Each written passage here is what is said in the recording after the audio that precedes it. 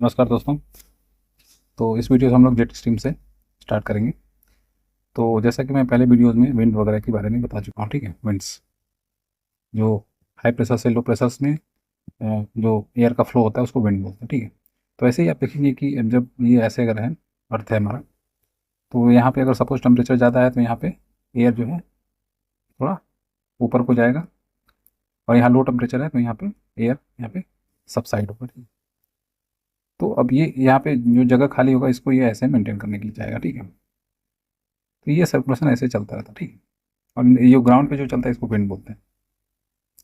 तो ऐसे आप देखेंगे ये जो ऊपर में जो चल रहा है, ये इसको गैप को फिल करने के लिए इसको जेट स्ट्रीम बोल रहा है। ये very upper part of the upper level of the atmosphere, ठीक है। The wind blow from west to east jet stream, but the flow often shift to the north and south. वही Coriolis force की वजह से वो इधर उधर हो जाता है, ठीक है। Jet stream follow the boundary between hot and cold air. वो मैं बता ही चुका कि जहाँ पे टेम्परेचर कम होता है वहाँ पे नीचे को जाता है, नीचे को जाता है तो वहाँ पे जो वैक्यूम बनता है उसको वो उस वैक्यूम को फिल करने के लिए आप देखेंगे कि जो हॉट एयर उठ रही होती है जहाँ पे लो प्रेशर रहता है, अ, वहाँ पे उसको फिल करता है, ठीक है।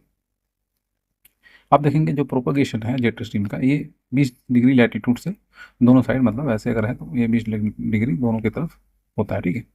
और 7 से 14 किलोमीटर के आसपास ही चलता है। तो इसीलिए जब जेट स्ट्रीम जो चलती है, जेट प्लेन जो चलती है, उसको उसको इन्हीं के नाम पे जेट प्लेन बोला गया, ठीक है। और जेट स्ट्रीम देखिए अब लगभग 150 से 200 किलोमीटर प्रति घंटे की चाल से चलती है, ठीक है। और jet stream become stronger during the winter, और वेलोसिटी जो है विंटर के टाइम बढ़ जाती है, क्योंकि उस समय आप देखेंगे जो अर्थ पे हाई प्रेशर क्रिएट हो जाता है ना यहाँ पे ठंडे की वजह से, तो हाई प्रेशर जब हो जाएगा तो लो प्रेशर से हाई प्रेशर तेजी से चलेंगे, ठीक है। The difference in temperature resulting the air pressure fluctuation, ठीक है। ये तो हमने बात कर ली कि टेम्परेचर की वजह से ही उसको फ्लो मिलता है, ठीक है। और ये जो है जेट स्ट्रीम डेवलप होता है। It is related to the difference in temperature from the equator towards the pole, ठीक है। अब अगर ये इक्वेटर है और ये पोल है, ठीक है, तो यहाँ पे क्या होगा, लो प्रेशर रहेगा, ठीक है। और यहाँ पे हाई प्रेशर है तो यहाँ से हाई प्रेशर से लो प्रेशर चलेगा, ठीक है। Jet stream play a important role in balancing the temperature variation of the earth. अब जब हाई हाई प्रेशर यहाँ बन रहा है, यहाँ से ये लो प्रेशर यहाँ पे बन रहा है, तो यहाँ से यहाँ ऐसे आएगा इसको कवर करने के लिए। तो आप देखेंगे कि इससे अब यहाँ पे लो टेम्परेचर है तो लो टेम्परेचर एयर का भी होगा, और यहाँ पे हाई टेम्परेचर है तो एयर का, तो इससे क्या होगा, मिक्सिंग हो रही है। नहीं तो क्या होता है कि बहुत ज़्यादा जो है इम्बैलेंस हो जाता है टेम्परेचर, ठीक है। तो वही बोल रहा है कि ये वेरिएशन को खत्म करता है, ठीक है। और ट्रॉपिकल मानसूनल रेनफॉल जो है ये जेट स्ट्रीम से ऑफकोर्स जाहिर सी बात है इसको अफेक्ट करेगा ही। जेट स्ट्रीम जो है storm, rainfall, atmospheric disturbances, cyclone, anti cyclone, ये सब जनरेट करता है, ठीक है। तो ये हो गया जेट स्ट्रीम के बारे में, ठीक है। अब एयर मासेस देख लेते हैं। आप जब एयरप्लेन वगैरह में उड़ते होंगे तो देखते होंगे टर्बुलेंस वगैरह एक कॉन्सेप्ट आता है, जहाज वगैरह हिलने लगता है। तो उसमें क्या होता है ना, वो जेट स्ट्रीम के ही ट्रैप में आता है, ठीक है। तो उसको वो लोग कंट्रोल करते हैं, एक बार जेट स्ट्रीम क्रॉस हो जाता है तो फिर नॉर्मल हो जाता है, ठीक है। एयर मासेस के बारे में देख लेते हैं। Air masses are largest part of the atmosphere. वही ऊपर में जो जो एटमॉस्फियर है उसमें एयर ही तो है, एयर का मिक्सचर ही तो है, ठीक है। Where humidity and temperature is so a uniform pattern physical characteristic across the multiple layer of horizontally, ठीक है।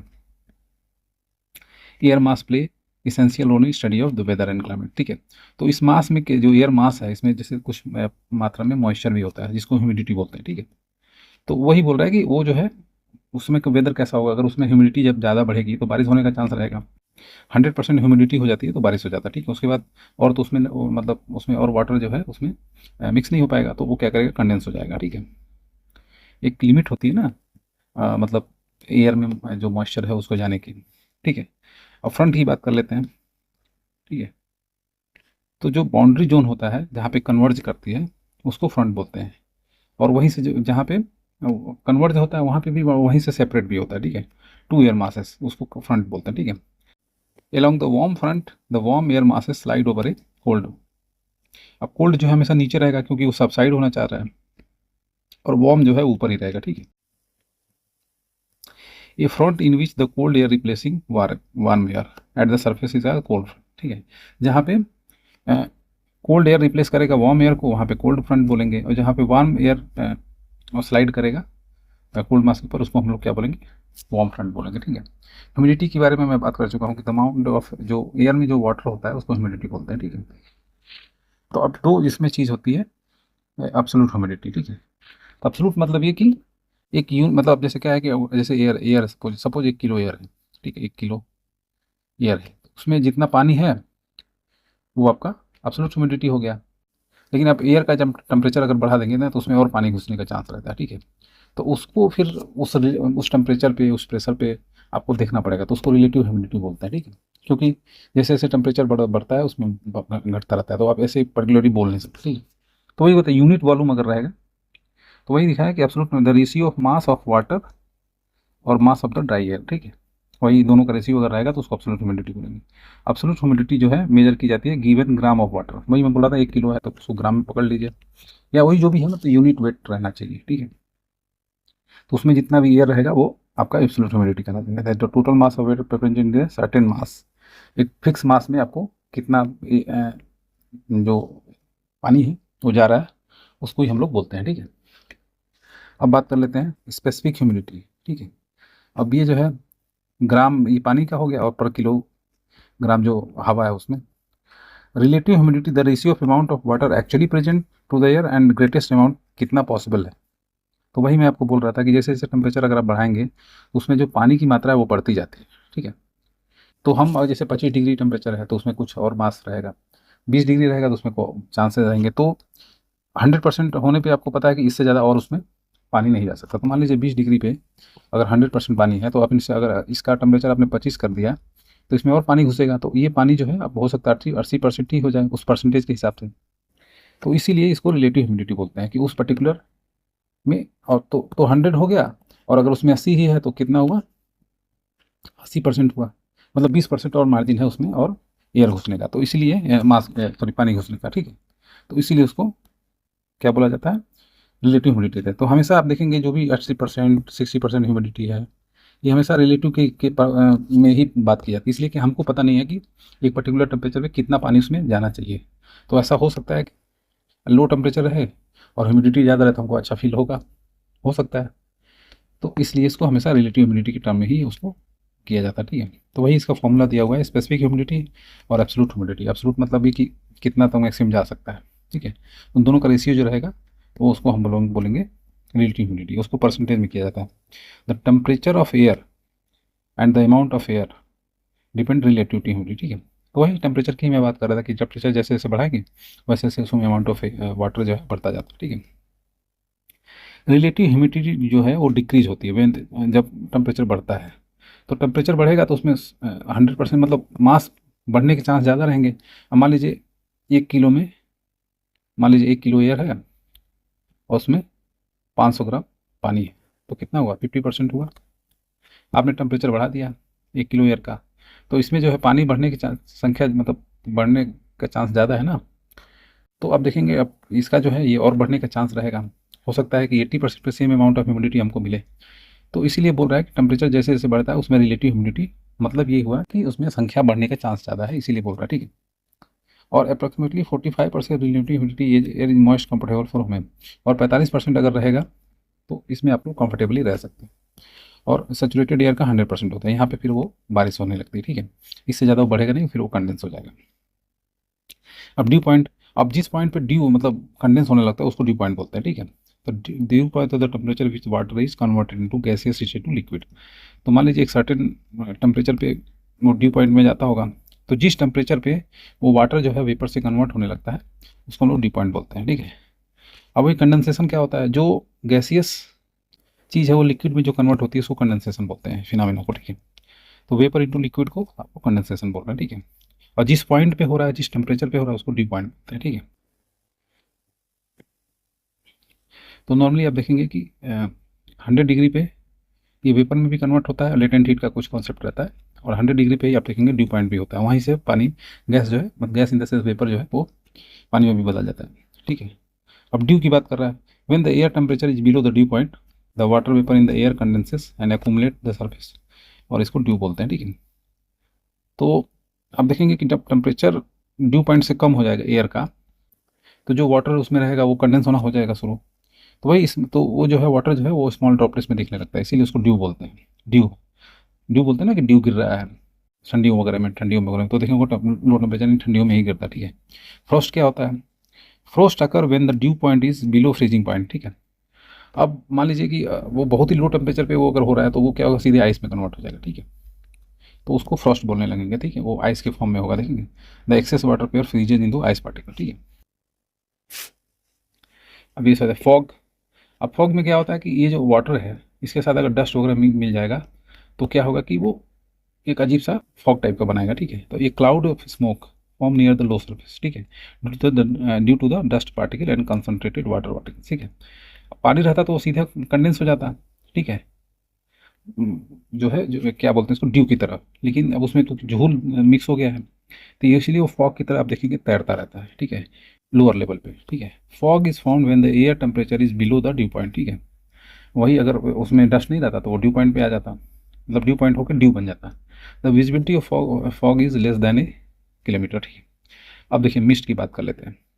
अब मिस्ट जो है वो स्मॉलर फॉर्म है फॉग का, ठीक है। सेम चीज़ होती है, लेकिन अगर mist contain more moisture than fog. अब मिस्ट में क्या है कि थोड़ा ज़्यादा रहता है, वो हल्की की बारिश आप देखिए फॉग में ही देखेंगे कभी कभी बॉडी पे बारिश जैसी फील होती है, तो उसको जो है मिस्ट बोलते हैं। और वो लेस डेंस होता है और क्विकर डिसिपेटेड, मतलब जल्दी से वो नीचे आ जाता है, ठीक है। विजिबिलिटी जो मिस्ट की होती है वो मोर देन एक, मतलब 1 किलोमीटर और लेस देन 2 किलोमीटर होती है, ठीक है। क्लाउड जो वाटर वेपर है वो काफ़ी डेंस जब होता है तो उसको क्लाउड बोलते हैं। तो क्लाउड जो है as a result of condensation of water vapour into the small air into large collection of very tiny droplets of water, ठीक है। तो ये क्या होता है, क्लाउड है जो वेपर जब ऊपर में जाकर के एक्यूमुलेट हो जाता है और वो वाटर ही होता है, ठीक है। लेकिन due to the low density वो नीचे नहीं आ पाता, इसलिए वो फ्लोट करता है, ठीक है। और वो जब और ज़्यादा हो जाता है, वो काला गाढ़ा हो जाता है तो फिर वो बारिश होने लगती है। Cloud are different kind of base on the shape, vertical expansion, height. तो आप देखेंगे कि क्लाउड जो है कई तरीके का होता है, ठीक है। तो उसको थोड़ा सा हम लोग देख लेते हैं। हालांकि बहुत रेयर इसमें से क्वेश्चन आता है, ठीक है, लेकिन एक आध क्वेश्चन कभी कभी बन जाता है। तो उसमें देखेंगे आप साइरस क्लाउड जो है, साइरस क्लाउड जो है they are found at highest altitude, ठीक है। सबसे ऊपर जो एकदम वाइट वाइट दिखते होंगे, एकदम बहुत ही दूर दिखता है, उसको बोलते हैं, ठीक है। ये वाइट कलर का होता है और वेरी स्मॉल आइस पार्टिकल होता है, ठीक है। Because they appear silky type का वो होता है ना, दिखता है कुछ ऐसे उड़ रहा है टाइप का। इसमें बारिश होने का चांस बिल्कुल नहीं रहता, ठीक है। When the rays of the sun passes through them they become white, ठीक है। तो साइरस क्लाउड जो है appear sky below before the arrival of the cyclone, ठीक है। अब अब साइरो स्ट्रेटस क्लाउड क्या होता है? They are mainly found in altitude more than the 80,000 feet, ठीक है। On the arrival the halo form around the sun and moon and, और इस ये जब फॉर्म होता है तो इसकी साइक्लोन आने की संभावना बढ़ जाती है, ठीक है। और साइरो क्लूमुलस, अब दो तरीके, एक तो साइरस हो गया, अब एक साइरो स्टेटस हो गया, एक साइरो क्यूमुलस हो गया cloud. This cloud are found in the white at very small circular form, ठीक है। तो ये सब हाइट वाले हैं। अब थोड़ा हम लोग नीचे वाले को देख लेते हैं, ठीक है। तो इसमें आ गया एक अल्टो स्टेटस क्लाउड। ये क्या होता है, मिड लेवल पे होता है, ठीक है। और ग्रे होता है, और ब्लूइश ग्रे होता है, ठीक है। और ये फाइब्रस और यूनिफॉर्म होता है और पूरे मतलब बड़े लेवल पे, बड़े एरिया में ये आपको। अब चूंकि जो ऊपर रहता है वो थोड़ा कम दिखता है एरिया में, और जो नीचे थोड़ा रहेगा मिड लेवल पे रहेगा वो थोड़ा ज़्यादा दिखेगा, ठीक है। और ये जो है काफ़ी अच्छा खासा रेन करता है, ठीक है। तो अल्टो स्ट्रेटस जो है रेन करता है, ठीक है। और ये तीनों ऊपर वाले जो है ये रेन वाले नहीं है, ठीक है। अब एक और देख लेते हैं, एल्टो कुमुलस क्लाउड क्या होता है। ये भी मिड लेवल है, ठीक है। और ये मिड लेवल से लो लेवल पे बनता है, ठीक है। और इसी की तरह होता है, ठीक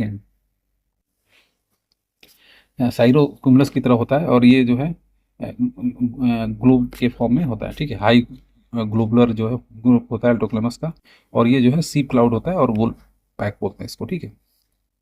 अब स्ट्रेटोक्लमस देख लेते हैं। दे आर वाइटिस और found around the patches between height there, और ये भी लो हाइट वाला रहता है, ठीक है। स्टेटस क्लाउड जो है, stratus cloud are long uniform grey in colour, ठीक है। Can most of the sky cover the most of the sky and stratus cloud can look like a fog never reaches the ground, ठीक है। और Nimbo status जो है cloud है, ये they are found much closer in the ground and they are dark grey featureless layer cloud enough to block the sun and produce persistent rain. तो अब देखेंगे इसमें भी रेन होने का चांस है, ठीक है। और क्यूमुलस क्लाउड क्या होता है? क्यूमुलस क्लाउड जो है पफी क्लाउड होता है, sometime look like A pieces floating cotton. They the base of the each open flat में भी 1,000 to 3,300 feet above the ground and the top of the round tower, ठीक है। और cumulonimbus cloud क्या होता है? Cumulus cloud are extremely wide and deep and they are only type of cloud that can produce hail, thunder, lightning, ठीक है। And the base of the cloud is open flat, ठीक है। तो ये हमने थोड़ा इसको एक दो बार और रिवीजन करना पड़ेगा। ये हमने क्लाउड के टाइप पढ़ लिए, ठीक है। तो इसमें आप देखेंगे कि किस तरह के क्वेश्चन बनते हैं इसमें, कि कोई ऑप्शन में दे देगा 4 ऑप्शन, तो उसमें एक बोलेगा कि इसमें किस में बारिश होती है, किस में नहीं होती है, कौन हायर एल्टीट्यूड पे बनता है, किसका जो है कलर क्या होता है, कोई ग्रे होता है, कोई वाइट होता है, कौन कॉटन की तरह दिखता है, इस तरह से क्वेश्चन बनते हैं, ठीक है। अब क्लाउड के बाद रेनफॉल आता है, उसी की वजह से रेनफॉल होता है, तो उसके बारे में थोड़ा देख लेते हैं हम लोग।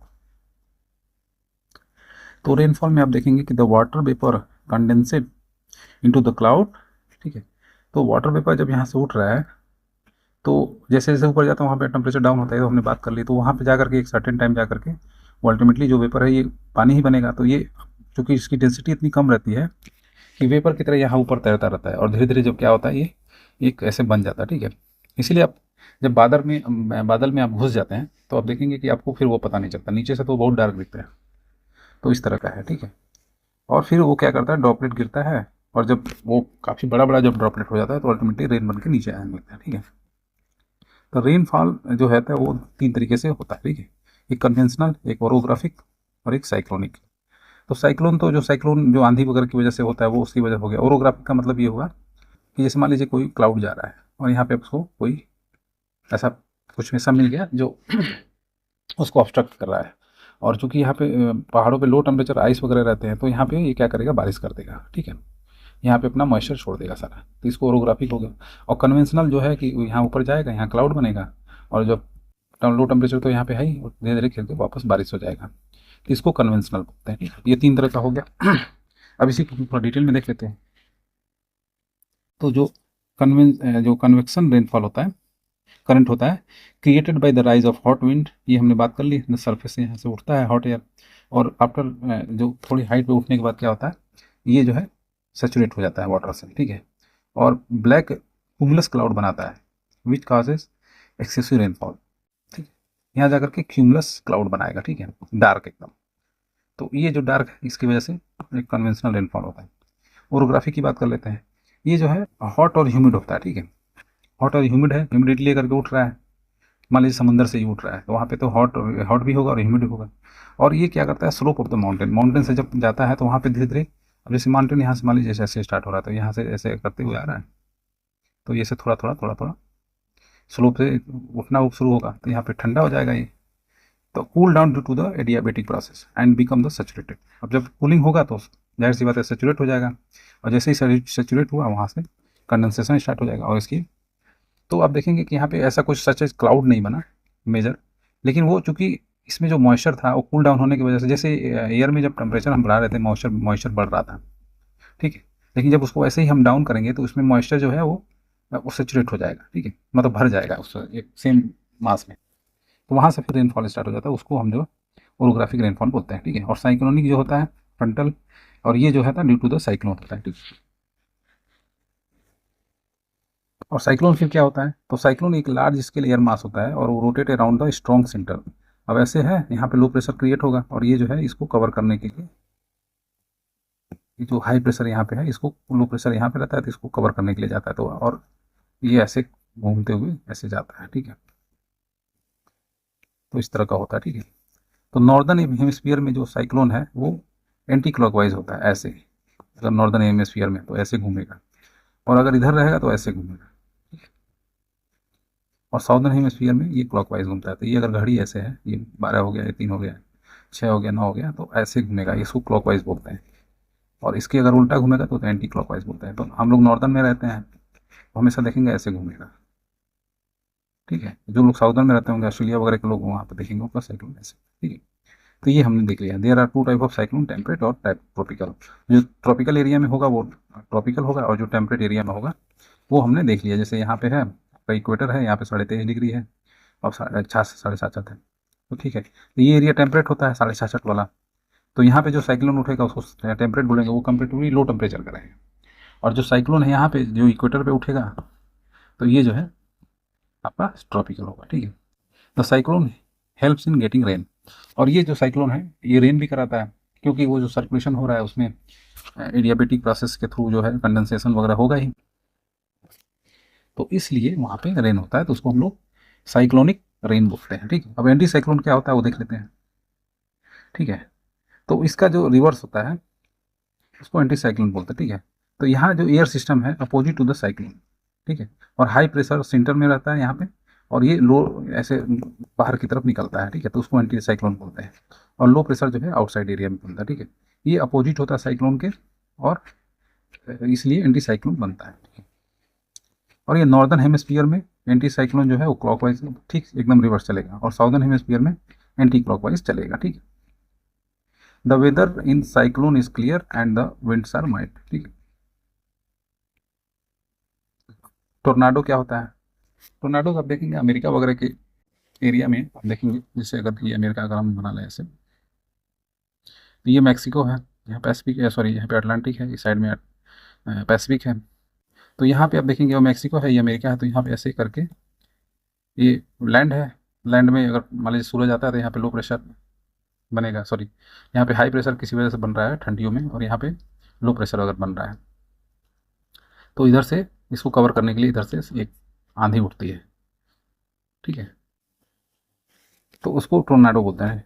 ये शॉर्ट लाइव होता है और बहुत ही तेज, मतलब high pressure to low pressure जो है उसको कवर करता है, ठीक है।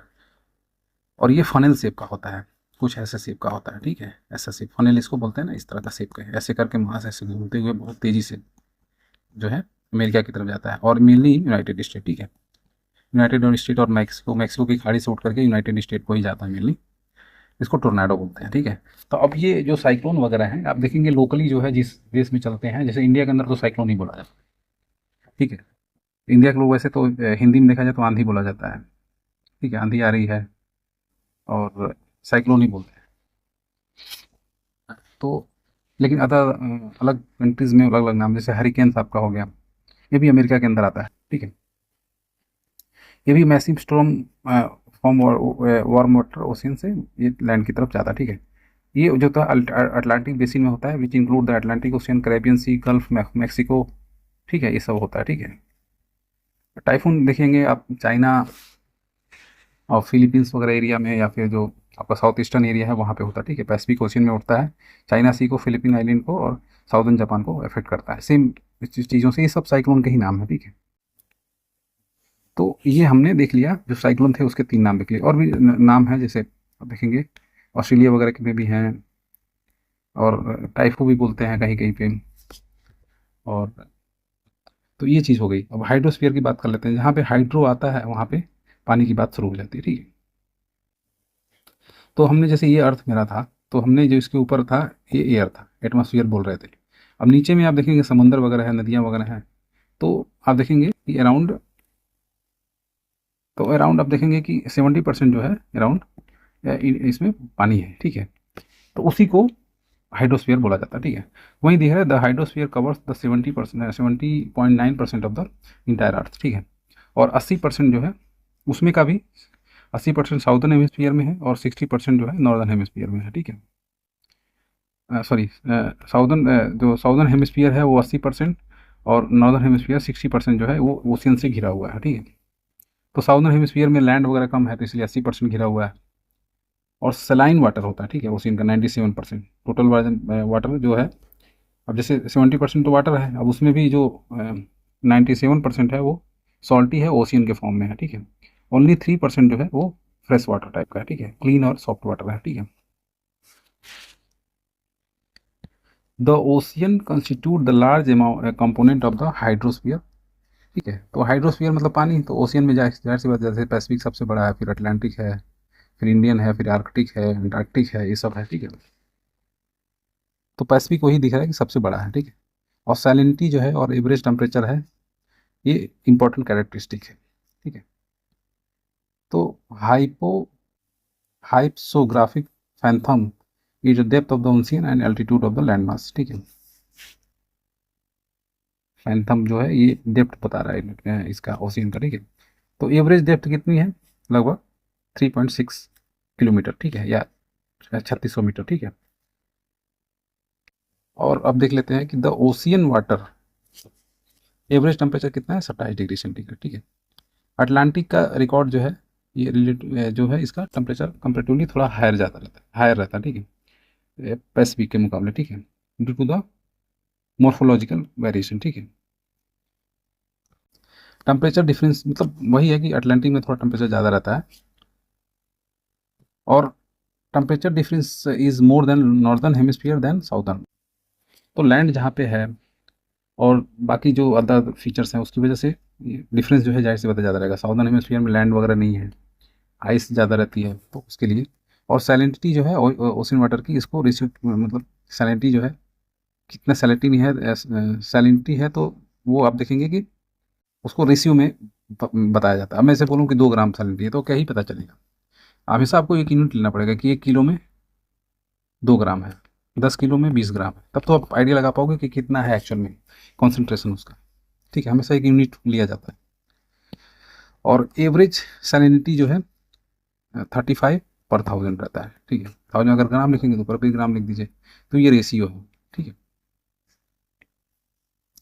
साउदर्न लैटिट्यूड जो 10 से 30 के बीच में है और नॉर्दर्न लैटिट्यूड 20 से 40 के बीच में है, ये सबसे ज़्यादा यहाँ पे सैलिनिटी होती है। तब इसको थोड़ा हम लोग समझते हैं, ठीक है। मान लीजिए ये अर्थ है, ठीक है, इक्वेटर। तो यहाँ पे डायरेक्ट सनरेज आ रही है, तो यहाँ वेपोराइजेशन ज़्यादा होगा, ठीक है। तो यहाँ जो पानी रहेगा वो कंपेरेटिवली कंसनट्रेटेड रहेगा, तो यहाँ सैलिनिटी सबसे ज़्यादा होनी चाहिए, ठीक है, टेक्निकली। लेकिन यहाँ पे ऐसा होता नहीं है, इसलिए नहीं होता है क्योंकि यहाँ बारिश भी तो हो रही है, तो अल्टीमेटली ये पानी की मात्रा को बढ़ा दे रहा है। तो यहाँ पे सैलिनिटी आप देखेंगे यहाँ के मुकाबले ये जो है यहाँ के मुकाबले कम है। तो सेम चीज़ लिख रहा है कि साउदर्न, अगर ये साउदर्न वाला पार्ट इसमें देखेंगे कि 10, अगर ये 10 पकड़ लें, यहाँ से 30 पकड़ लें, ये 10 और 30 के बीच में सबसे ज़्यादा सैलिनिटी रहती है। और यहाँ पे आप देखेंगे 20, अगर ये इसको 20 मान लें और ये 40, इसके बीच में ज़्यादा रहती है, ठीक है। क्योंकि यहाँ पे टेम्परेचर भी है ठीक ठाक, सब ट्रॉपिकल रीजन है, तो यहाँ पे वेपराइजेशन हो रहा है वाटर का, ठीक है। और कंपेरेटिवली उतनी बारिश नहीं हो रही है, एक सर्टेन टाइम में ही बारिश होती है, इंडिया वगैरह में तो मानसून में ही बारिश होती है। तो यहाँ पे आप देखेंगे सैलिनिटी फिर ज़्यादा होगा। और यहाँ पे सैलिनिटी कम क्यों होगा, क्योंकि यहाँ पे वाटर वेपराइज ही नहीं हो रहा है, तो वाटर जब ज़्यादा रहेगा वाटर, तो जो सॉल्ट है वो रेशियो जो है वो कम ही रहेगा, ठीक है। तो आई होप कि समझ गए होंगे आप, ठीक है। तो यही चीज़ लिख रहा है कि यहाँ पे जो है, तो सैलिनिटी का क्वेश्चन बनता है कि किस एरिया में जो अर्थ के है वो सैलिनिटी ज़्यादा रहता है। जैसे क्वेश्चन अगर बना देगी अर्थ जो लेटीट्यूड है, जो इक्वेटोरियल सॉरी इक्वेटर है, वहाँ पे सबसे ज़्यादा सैलिनिटी होती है। तो आप जो अगर कॉन्सेप्ट लगाएंगे तो वहाँ पे आप जाके गलत कर देंगे। और the line connected the ocean water equal salinity के, उसको आइसोहेलाइन बोलते हैं, ठीक है, आइसोहेलाइन, ठीक है। आइसोथर्म अभी हमने देखा था सेम टेम्परेचर वाला, आइसोबार हमने देखा था सेम प्रेशर वाला। तो ये जहाँ जहाँ जो भी कॉन्सेप्ट आता रहेगा, अब आप देखेंगे आइसोहेल, जहाँ पे हेल मतलब बारिश, जहाँ पे बारिश सेम तरीके की होगी। तो इस तरह के कौन से जो भी टर्म आएगा उसका आइसो करके बना देंगे, तो वो से हम लोगों को आइडिया लगेगा, ठीक है। तो हेलाइन है यहाँ पे, तो ये सैलिनिटी का है, ठीक है। सैलिनिटी का सिंपल सा मतलब है कि उसमें नमक कितना है, सिंपल जान लीजिए देसी भाषा में, ठीक है, सॉल्ट कितना है। तो ये हमने देख लिया, आइसो हेलाइन की बात कर ली हमने, ये हमने देख लिया। तो हाईएस्ट सैलिनिटी जो वर्ल्ड का है वो पर्टिकुलर लेक किस में मिलता है, तो एसल लेक, ठीक है, जिबूती में है, ठीक है, 348% है। आप सोच रहे हैं कि 1000 में 348, इसमें केवल नमक है। तो आप इसके देखेंगे, इसकी वजह से अब डेंसिटी यहाँ पे बढ़ जाती है, ठीक है, सॉल्ट की वजह से। तो इसमें तैरना वरना काफ़ी ईजी रहता है, आदमी डूबता नहीं है। और वैन लेक भी है यहाँ पे भी, जो टर्की में है, यहाँ पे भी आप देखेंगे 330/1000 ग्राम है, ठीक है, तो बहुत ज़्यादा है। अब मान लीजिए 1000 और 1000 का दोनों का सेम आ जाए, यानी रह गए, तो मतलब वो एक तरह से एकदम कंसनट्रेटेड बनता है ना, वो एक तरह से आपको उसमें सॉल्ट ही सॉल्ट दिखेगा, ठीक है। थर्ड प्लेस जो है world as regard the highest salinity जो है, ये डेड सी का है, 238। और डेड सी कहाँ है, ये आप देखेंगे कि अगर ऐसे इजराइल है, ऐसे जॉर्डन है, तो यहाँ पे डेड सी है, ठीक है। अब ओशियन और उसके ट्रेंच का एक दिया हुआ है, ये पूछता है तो सबसे पहले आपको बहुत सारी चीज़ें हैं, जैसे पैसिफिक में सबसे जो गहरा ट्रेंच है, ट्रेंच का मतलब जो सबसे गहरा जो पॉइंट है, जो डीपेस्ट पॉइंट है, उसको ट्रेंच बोलते हैं, ठीक है। तो ये पूछेगा, अटलांटिक में पूछेगा, इंडियन में पूछेगा, तो सारे का इंडिविजुअल आपको पता रहना चाहिए, ठीक है। तो वो एक आपको चीज़ पता रहनी चाहिए, प्लस ओवरऑल का आपको सीक्वेंस पता रहना चाहिए। तो अब जैसे पैसिफिक का आप देखिए, मारियाना है सबसे ज़्यादा, लगभग 11 किलोमीटर, ठीक है। फिर पैसिफिक में ही मिंडानाओ है, लगभग 10 किलोमीटर। फिर पैसिफिक में ही टोंगा है, लगभग 10 किलोमीटर, ठीक है। उसके बाद नंबर आता है अटलांटिक का, और इसको बोलते हैं प्यूर्टोरिको, ठीक है। प्यूर्टोरिको का लगभग 8.3 किलोमीटर है, ठीक है। अब ईस्टर्न इंडियन ओशन का सुंडा लेक है, ये वहाँ पे आपको पड़ता है इंडोनेशिया के आसपास। तो यहाँ पे 8 किलोमीटर लगभग वहाँ पे ट्रेंच है, ठीक है। फिर साउदर्न अटलांटिक में आप देखेंगे, ये अटलांटिक है, तो ये वेस्टर्न आइलैंड हो गया प्यूर्टोरिको, और ये यहाँ पे साउदर्न अटलांटिक ये हो गया रोमांचे में है, और ये इसका नाम रोमांचे है, और ये 7.6 किलोमीटर रहते हैं। तो ठीक है, ये सारे नाम को पता रहना चाहिए, ठीक है। तो अगर आपको सीक्वेंस पूछ ले तो सीक्वेंस ये है, और अगर पैसिफिक का पूछ ले तो पैसिफिक का है आपका मारियाना, अटलांटिक का सबसे पुर्टोरिको, और इंडियन ओशन का क्या है, तो वो है सुंडा, ठीक है। तो इंडिविजुअल भी आपको पता चल गया, और क्रोनोलॉजी बोल रहा हूँ, अगर सीक्वेंस बताना है असेंडिंग ऑर्डर में या डिसेंडिंग ऑर्डर में, तो वो आप यहाँ पे देख सकते हैं। तो मारियाना है, तो आप देखेंगे पैसिफिक के पास 3 है, मारियाना, मिंडानाओ और टोंगा। उसके बाद अटलांटिक का पोर्टोरिको आता है, ठीक है।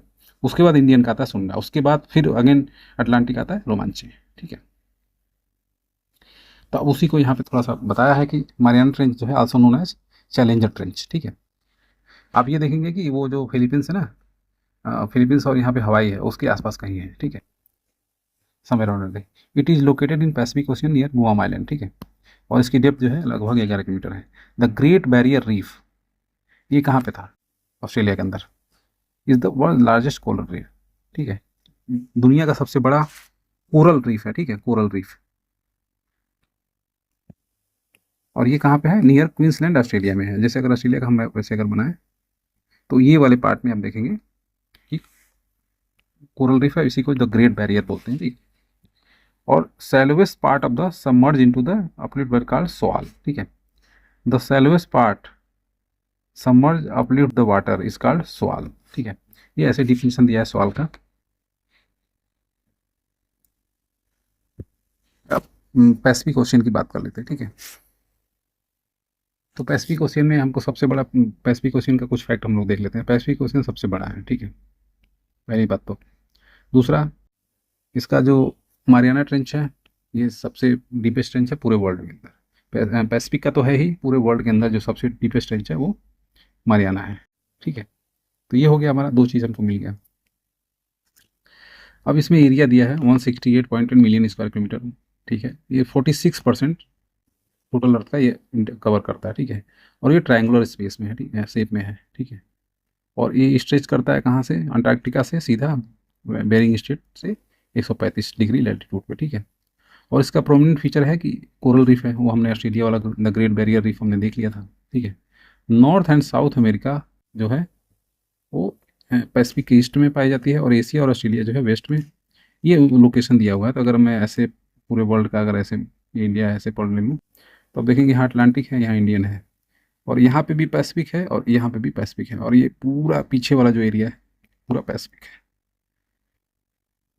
ठीक है। तो आप इसे आइडिया लगा सकते हैं कितना है।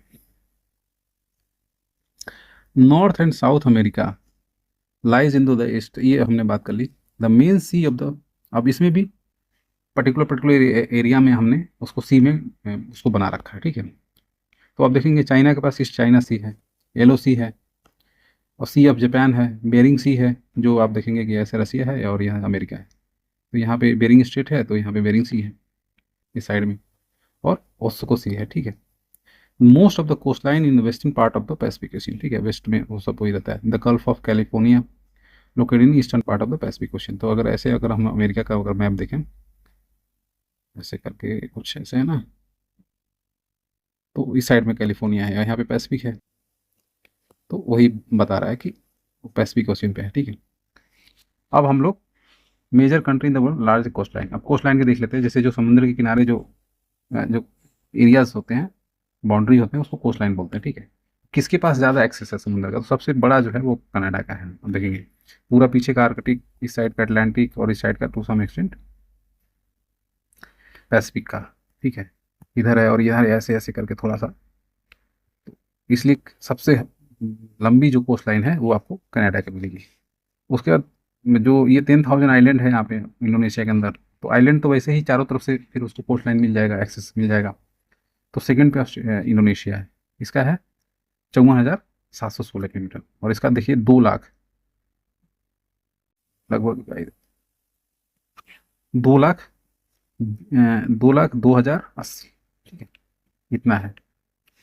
ग्रीनलैंड, ऑफकोर्स कनाडा के बगल में यहाँ पे आप देखेंगे ग्रीनलैंड है, उसका लगभग 44,000 है। रसिया का 37,000 है। फिलीपींस का 36,000 है। जापान का, जापान भी आइलैंड वाला, जितने आइलैंड हैं उनके तो वैसे ही थोड़ा ज़्यादा हो जाएगा, ठीक है, क्योंकि उनको चारों तरफ से एक्सेस मिल जाता है ना, ये सब कोस्ट लाइन ही तो है। जापान हो गया, ऑस्ट्रेलिया हो गया, नॉर्वे हो गया, यूनाइटेड स्टेट हो गया, न्यूजीलैंड हो गया, ठीक है। तो ये सब इस तरह से सीक्वेंस भी पूछ सकता है असेंडिंग और डिसेंडिंग में, तो वो आपको कुछ कंट्रीज के नाम दे देगा, फिर आपको बताना होगा, ठीक है। Major country with world large water areas, अब देखिए, अब ये कोस्ट लाइन हो गया, अब वाटर किसके पास ज़्यादा है, तो कनाडा के पास सबसे ज़्यादा है। आइस कैप पूरा आर्कटिक वाला है, अंदर लेक वगैरह है, रिवर वगैरह है, तो ये ठीक है। तो ये हो गया, फिर सेकंड के पास रसिया है, फिर थर्ड यूनाइटेड स्टेट है, चौथा इंडिया है। ठीक है, यहाँ पर इंडिया के पास नदियाँ वगैरह हैं, फिर चाइना है, फिर ईरान है, ठीक है। ये भी सीक्वेंस आपको याद रहना चाहिए। तो पैसिफिक के बारे में हमने बात कर ली, ये सब हमने जो भी चैट चार्ट बना हुआ था वो सब हमने देख लिया। अब हम अटलांटिक की बात करते हैं, ठीक है। तो इसमें भी आपको वो ट्रेंच वगैरह पता रहना चाहिए, और लोकेशन कौन सा देश है, कोई अगर मेजर कुछ पॉइंट है, कोई स्ट्रेट है, कोई ओशन है, तो वो हमको देखना है, ठीक है। तो इसका 85 मिलियन है, उसका 146 जैसा था, ठीक है। और ये लगभग 23% करता है, वो कितना था, 46% पूरे वाटर का कवर करता था, ठीक है। ये लगभग 23% एरिया पूरे ग्लोब का करता है, ठीक है। और इसका शेप जो है, उसका शेप कैसा था, ट्रायंगुलर था। इसका शेप आप देखेंगे एस टाइप का है। तो अगर हम ऐसे अगर देखें, ऐसे ये अमेरिका और वो है आपका, और यहाँ पे आपका देखेंगे ये आपका अफ्रीका है, और इधर यूरोप है। तो आप देख रहे हैं ना, ऐसे थोड़ा एस शेप का बन रहा है ना, इसी बीच में तो है अटलांटिक, तो इसीलिए इसको एस शेप का बोलते हैं। इधर पैसिफिक है, इधर इंडियन ओशियन है, और इंडियन ओशन के बाद अगेन उधर पैसिफिक है, जो यह पीछे से इससे जाकर के कनेक्ट हो गया, क्योंकि ये गोल है ना, ठीक है। तो इसको ऐसे एसलेटर बना रहा है। तो Europe and Africa are located in the east. अब हमने बात कर ली, ये इधर अफ्रीका और यूरोप था, ये ईस्ट साइड हो गया, और इधर साउथ अमेरिका नॉर्थ अमेरिका है, तो इधर आप देखेंगे कि वो North America South America west में हो गया, ठीक है। अब इसमें देखिए सी कौन सा है, नॉर्थ सी, इंग्लैंड यहाँ पे है, इसके ऊपर इधर जर्मनी है, तो ये वाला जो एरिया है पूरा, इसको नॉर्थ सी बोलते हैं। बाल्टिक सी हो गया, हडसन बे हो गया, ये बाल्टिक सी हडसन बे, वो देखिए आप, जो कनाडा है उसके साइड वाला जो है अटलांटिक वाला पोर्शन है, उसको हडसन बे बोलते हैं, ठीक है। बाल्टिक सी हो गया, ग्रीनलैंड हो गया, ये सब जो है नॉर्थ में है। बाल्टिक सी वही वो जो आपका आपने देखा था ना, वो क्या बोलते हैं, फिनलैंड वाला एरिया में जो बाल्टिक सी था। तो नॉर्थ सी, बाल्टिक सी, हडसन बे, ये सब जो है नॉर्थ में पड़ता है।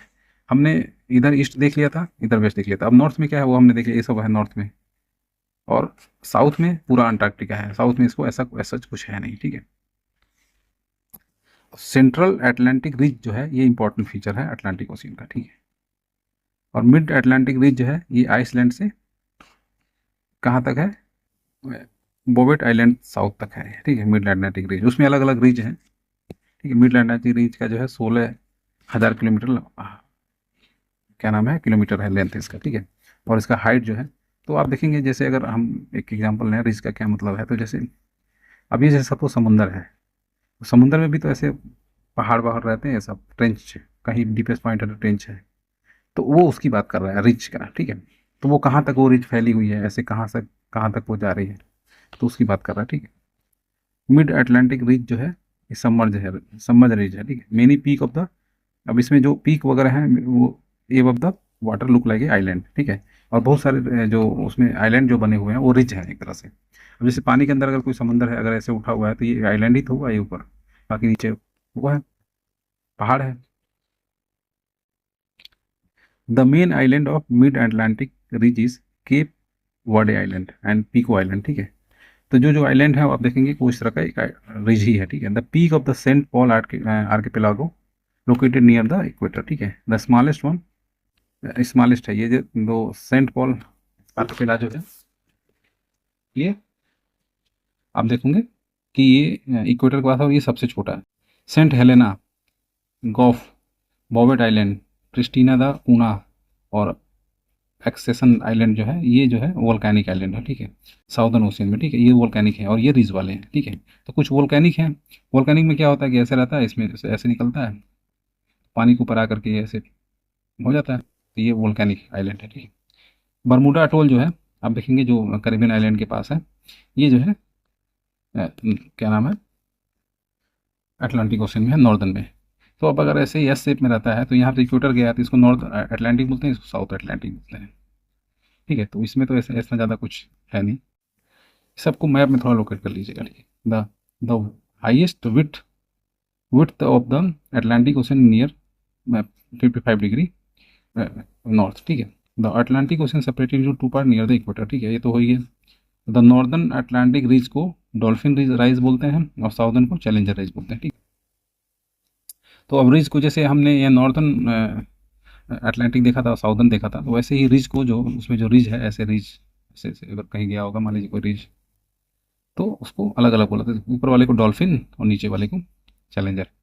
गल्फ ऑफ मैक्सिको है इस साइड में, हमने अमेरिका वगैरह के किनारे यहाँ गल्फ ऑफ मैक्सिको हो गया। कनाडा वाले पार्ट में गल्फ ऑफ हडसन हो गया। बे ऑफ पैफिन हो गया उधर ही, आप देखेंगे इधर यूरोप में। बाल्टिक सी यूरोप में हो गया, नॉर्थ सी यूरोप में हो गया, कैरेबियन सी, ये सब जो है आप देखेंगे ये सब आपके अटलांटिक ओशन में है, ठीक है। अब इंडियन ओशन की बात कर लेते हैं, ठीक है। अब इसका जो पानी है वो 70 मिलियन है, ठीक है, और ये सेमी ओशन है, ठीक है। कंप्लीट ओशन इसलिए नहीं बोला जाता है क्योंकि चारों तरफ से ये नहीं है, ठीक है। और इसका जो है ईस्ट वेस्ट नॉर्थ साउथ जो है, आप ऑस्ट्रेलिया, अफ्रीका, एशिया और अंटार्कटिका चारों तरफ। तो अगर जैसे ये इंडिया है, इसके नीचे इंडियन ओशन बोला जाता है।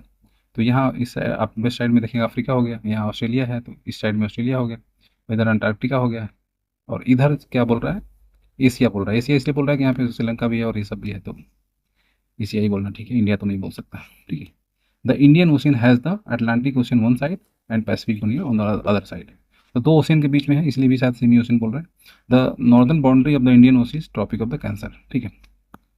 तो ट्रॉपिक ऑफ कैंसर जो है वो इंडियन ओशन का बाउंड्री है। बे ऑफ बंगाल वगैरह है ना, तो वो लगभग बीच इंडिया के जाता है और इधर अरेबियन ओशन है, तो इसलिए उसको इसको बाउंड्री मान दिया है ऊपर में, ठीक है। The island of the reunion and Mauritius जो है ये वोल्केनिक आइलैंड है, ठीक है। तो ये आप देखेंगे मेडागास्कर के बगल में मॉरिशस है, तो ये दोनों आप देखेंगे कि वोल्केनिक है, ठीक है। Madagascar is the largest island, और मेडागास्कर जो है जो अफ्रीका के बगल में है वो इंडियन ओशन का लार्जेस्ट आइलैंड है, ठीक है। डियागो गार्सिया जो है ये भी इंडियन ओशन में है, और 90 डिग्री ईस्ट इज जो है एज रिज जो है ये इंडियन ओशन में है, ठीक है। तो ये हमने सारे ओशंस के बारे में पढ़ लिए। अब हमने एयर का मूवमेंट वगैरह पढ़ा था, तो उसको विंड बोलते थे। तो ऐसे ही हम लोग जब ओशन के अंदर जो मूवमेंट होता है पानी का, उसको करंट बोलते हैं, ठीक है। तो उसको भी हम लोग देख लेते हैं, ठीक है। तो वही चीज़ बोला कि the flow of large amount of ocean water in a particular direction is called ocean current, ठीक है। तो इसमें भी सेम होगा। इस मान लीजिए यहाँ पे हाई टेम्परेचर है, तो हाई टेम्परेचर थोड़ा सा ऊपर रहेगा, बल्ज रहेगा, ठीक है। यहाँ मान लीजिए लो टेम्परेचर है, ये थोड़ा सा डिप्रेस रहेगा, ठीक। तो पानी यहाँ पे है, हाइट है ज़्यादा, तो पानी इधर को आएगा, ठीक है। इसमें भी हाई से लो को आएगा पानी, ठीक है। तो इसी को क्या बोलेंगे हम, करंट बोलेंगे, ठीक है। तो इसमें एक तो टेम्परेचर वाला हो गया, डेंसिटी का भी फर्क रहता है। मान लीजिए जिसका डेंसिटी ज़्यादा है वो बैठा रहेगा, डेंसिटी हाई डेंसिटी बैठा रहेगा, जिसका डेंसिटी कम है ऊपर रहेगा, तो वहाँ से भी पानी लो डेंसिटी से हाई डेंसिटी तक आएगा, ठीक है। तो सेम चीज़ हम देखेंगे। तो अब क्या होता है कि एक और चीज़ समझ लेते हैं। जैसे मान लीजिए इक्वेटर है, तो यहाँ पे सन जो रेज है वो डायरेक्ट पड़ती हैं इसके बीच में, इन तीनों के बीच में डायरेक्ट। यहाँ तो जाहिर सी बात है कि ये हीट एक्सेस जोन है, और यहाँ से पानी अगर इधर को जाएगा तो ये हीट से कोल्ड की तरफ जा रहा है, इधर को भी जा रहा है, तो हीट से कोल्ड की तरफ जा रहा है। तो एक बेसिक कॉन्सेप्ट ये बना लीजिए कि अगर कोई भी पानी अगर इधर से इधर को जा रहा है तो ये हमेशा ही हॉट करेंट रहेगा, ठीक है। इधर से इधर को जाएगा तो, ठीक है। अब मान लीजिए किसी डेंसिटी वगैरह का डिफरेंस है या किसी अन्य रीजन से वाटर का भी, उसमें विंड का भी रहता है। मान लीजिए यहाँ पे पानी है, यहाँ पे पानी है, विंड का डायरेक्शन ये है, तो पानी को इधर को ले जाएगा ना ऊपर में सरफेस में, उसको खींच करके, तो विंड का भी उसमें फर्क था। अगर किसी भी रीजन से अगर पानी इधर से इधर को जा रहा है तो इसको कूल, तो ये सिंपल है, इसमें ज़्यादा कुछ ऐसा नहीं, इसलिए हॉट और कोल्ड। तो जब भी आप एक चार्ट बनाइएगा ऐसे, तो यहाँ पे हॉट करंट, यहाँ पे कोल्ड करंट लिखिएगा, ठीक है। नहीं तो वो नाम से कन्फ्यूजन होगा, नाम तो याद रहना ही चाहिए, लेकिन कोल्ड और हॉट क्या होता है ये हो गया, ठीक है। The flow of hot water is from lower attitude altitude sorry latitude, lower मतलब वही इक्वेटर से, अगर ट्रॉपिक से हायर टेम्परेचर यानी सब पोलर रीजन में जाएगा, तो रीजन में जाएगा तो इसको हम हॉट बोलेंगे, सिंपल है। Warm current open flow equator to the pole, ये हमने बात कर ली। और कोल्ड वाटर जो है ये हायर लेटीट्यूड से यानी पोल वगैरह एरिया से नीचे को आता है, यानी इक्वेटर की तरफ आता है। Cold square often cold stream जो है often flow from pole towards the sub polar region, ठीक है। ये हो गया कंसेप्ट। अब due to the influence of Coriolis force, Coriolis force को हमने बात की ऑलरेडी, हम लोग कर चुके हैं। अगर ऐसे था, ये था, ऐसे था, तो यहाँ से यहाँ पे लो प्रेशर बन रहा है और यहाँ पे हाई प्रेशर बन रहा है, तो हाई से लो प्रेशर में जाएगा तो ऐसे बढ़ेगा। तो अगर जाना तो ही तो ऐसे, लेकिन कोरियोलिस फोर्स चूंकि अगर ऐसे अर्थ का डायरेक्शन है घूमने का, तो ये इधर को जाने लगता है और ये इधर को आने लगता है, ठीक है। तो ये भी तो इम्पैक्ट डालेगा, जो मैं विंड का बोल रहा हूँ वो अल्टीमेटली यही तो है। तो due to the influence of Coriolis force the ocean current turn into right in the northern hemisphere. और ये हमने ऑलरेडी जहाँ पे वेस्टर्ली ईस्टर्ली ये सब नॉर्थ विंड वगैरह जो पढ़ा है, तो हमने ये डिस्कस किया हुआ है, तो सेम चीज़ लिखा है दोबारा, आप उसको जाकर के पीछे भी ठीक से देख सकते हैं। The direction of the flow of the water current in the northern part of the Indian ocean changes with the direction of monsoon. अच्छा, तो ये तो हो गया नेचुरली, लेकिन आप देखेंगे कि मानसून में आपको इधर से ऐसे जाता है, ठीक है। तो वहाँ पे मानसून में आपको कोई भी और फिनोमेना काम नहीं करता है, ठीक है। यहाँ पे वो मानसून वाला ही फिनोमेना काम, हालांकि मानसून भी इसी बेस्ड पे है, इसी प्रिंसिपल पे बेस्ड है, लेकिन वहाँ पे आप देखेंगे अगर वो फिलोसफी अगर फॉलो नहीं भी हो रही है, तो मानसून पे आप कुछ कर नहीं सकते, वो आपका जाएगा जाएगा। अदर फैक्टर भी है, एक फैक्टर से कोई काम नहीं होता, ठीक। तो change the direction of monsoon wind, ठीक है। ये जो है मानसून विंड, तो गल्फ स्ट्रीम स्ट्रीम अगर आप देखेंगे ऐसे, ये अगर अमेरिका है, तो ये अगर यूरोप से ऐसे चलते हुए आ रहा है, ऐसे करके ऐसे मुड़ता है, तो देखेंगे ऐसे नहीं आता, ऐसे आता है। तो गल्फ स्ट्रीम और लेब्राडोर स्ट्रीम जो है ये न्यू फाइनलैंड के पास, और यहाँ से कोल्ड वाटर, ये हॉट वाटर जा रहा है, और जहाँ हॉट वाटर और कोल्ड वाटर जब मिलता है ना, यहाँ पर फिशिंग ग्राउंड बनता है, ठीक है। ये और यहाँ पे मतलब आप देखेंगे फॉग वगैरह बनता है, जाहिर सी बात है कोल्ड और ठंडा और गर्म पानी जब मिलेगा तो वहाँ पे थोड़ा सा फॉग बनेगा, ठीक है। यहीं पे वो टाइटेनिक वाला इंसिडेंट हुआ था, ठीक है, न्यू फाइनलैंड के पास ही, ठीक है। तो वही चीज़ बोल रहा है कि फाइनलैंड के पास नहीं था, वही फिशिंग ग्राउंड है, ठीक है। और इंपॉर्टेंट फिशिंग ग्राउंड, ठीक है, फिशिंग साइट है North Atlantic ocean located in Grand Bank of Newfoundland. और ग्रास एक मिलता है found near the junction of, क्योंकि यहाँ पे ग्रास मिलता है तो यहाँ पे खाना मिल जाता है, प्लैंकटन मिलता है, तो इसी के लिए फिश जो है वहाँ पे आते हैं, ठीक है। The combination of hot Kuroshio country, अभी आप जापान वगैरह में आ जाते हैं, तो आप देखेंगे ऊपर से एक आ रहा है, उसका नाम है क्या, वासियो करंट, और नीचे से जा रहा है ऐसे, ये हॉट है और ऊपर से आ रहा है तो ये कोल्ड है। अब ये दोनों जो मिलता है वहाँ भी फिशिंग ग्राउंड बनता है, ठीक है। तो create a thick foggy environment, यहाँ भी सेम फिशिंग ग्राउंड। और आप देखेंगे कि जो अटलांटिक है उसमें बीच में ना एक एक अजीब तरीके की, यहाँ पे भी पूरा अटलांटिक उसमें बीच में एक ग्रास है, कोई घास, ठीक है, उसको, और वो उसका अलग तरीके का वहाँ पे फीचर है। तो ocean, sea inside the ocean एक तरह है वहाँ पे, थोड़ा अलग तरीके का हिसाब किताब, उसको सरगैसो सी बोलते हैं, ठीक है। सरगैसो ग्रास की वजह से उसका नाम पड़ा है सरगैसो सी, ठीक है। तो वहाँ पे यूनिक तरह के फीचर्स हैं। तो ये है tranquil water zone between the gulf stream, canary.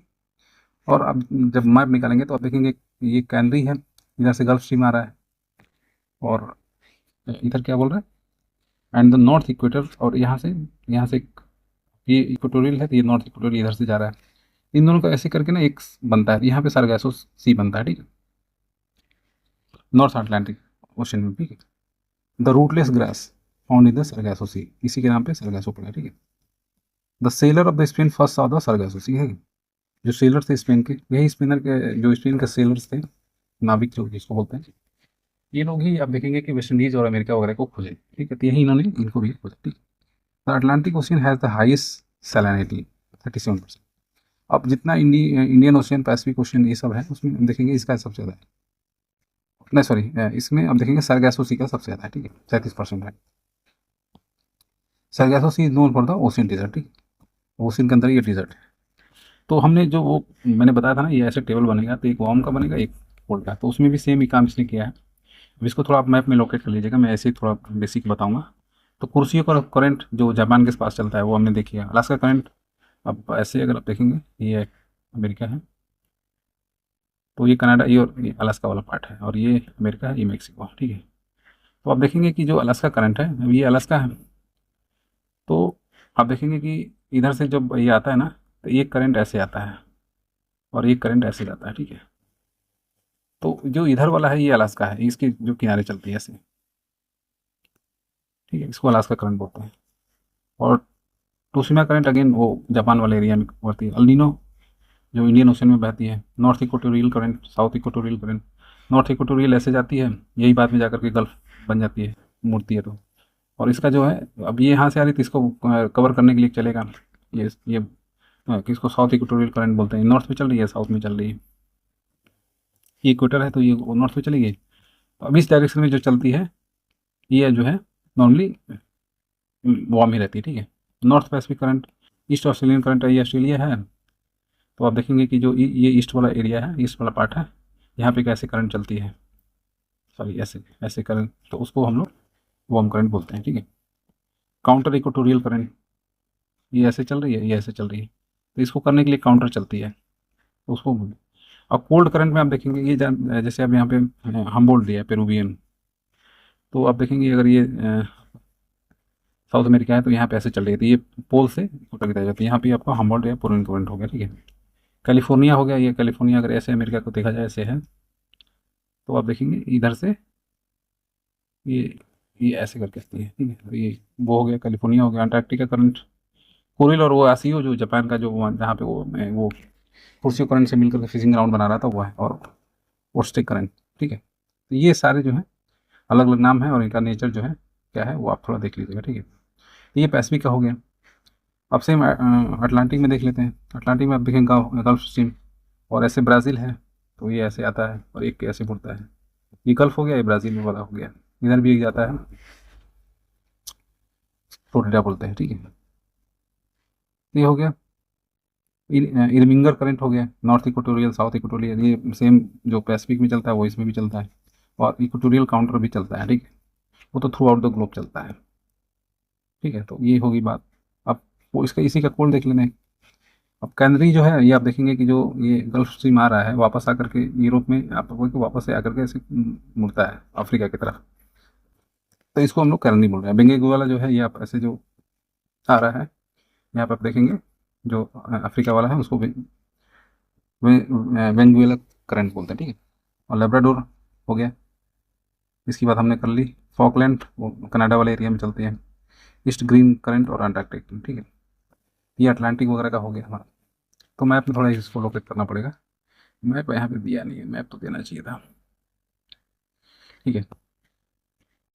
Permanent and hot current in the Indian ocean. अब इंडियन ओशन में आप देखेंगे बहुत कम करंट चलती है, तो दो तीन नाम ही है, जैसे मोजाम्बिक है, अगुलास करंट है, और साउथ इक्वेटोरियल, ये सब हॉट है, ठीक है। इसमें कोल्ड करंट का वेस्टर्न ट्रिप और वेस्टर्न ऑस्ट्रेलियन, ये दो चलती है, ठीक है।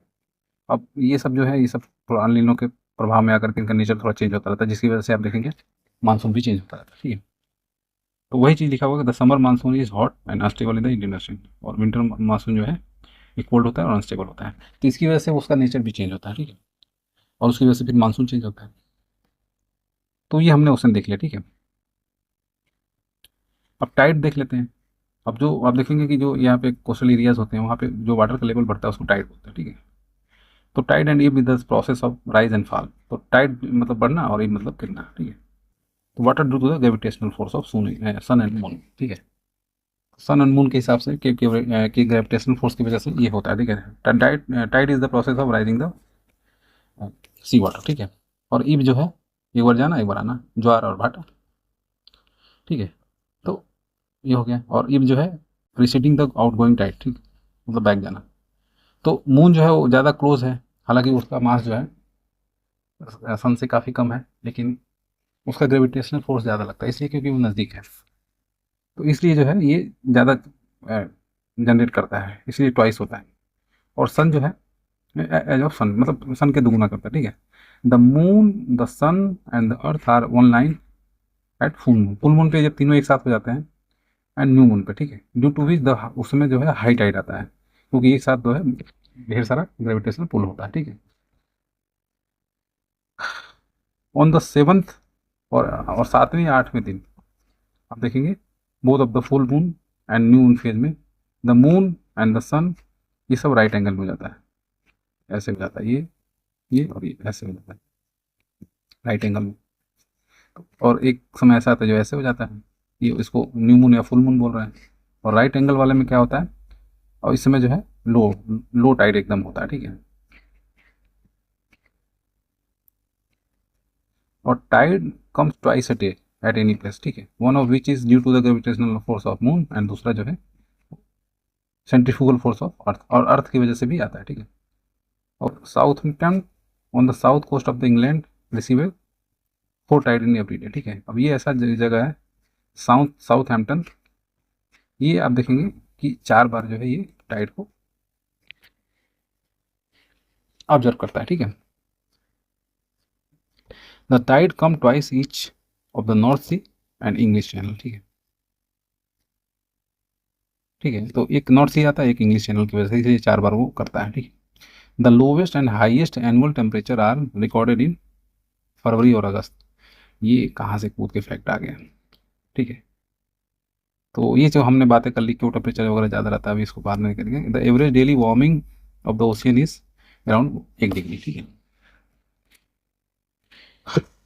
अब देखेंगे यहाँ पे वापस से ट्रेंच के बारे में बता रहा है। पैसिफिक का है मारियाना ट्रेंच, हमने बात कर लिया था पहले ही। प्यूर्टो रिको है अटलांटिक का। इंडियन ओशियन है सोंदा का। आर्कटिक का यूरेशियन बेसिन। और अंटार्कटिका साउथ सैंडविच ट्रेंच है। दे दिया तो ठीक है, देख लेते हैं। आप देखेंगे तो यहाँ तक हमारा दोस्तों कंप्लीट होता है। अब इसके बाद हम लोग कुछ फैक्ट कैनाल वगैरह का पढ़ेंगे, और उसके आगे जो भी रहेगा वो हम लोग देखेंगे। फिर उसके बाद ये सारे कुछ खत्म होने के बाद फिर हम लोग इंडियन ज्योग्राफी भी देखेंगे, ठीक है। तो वीडियो आपको कैसा लग रहा है हमें ज़रूर बताइए, और कॉन्सेप्ट आपको कैसे लग रहे हैं, फीडबैक हमें दीजिए। Thank you.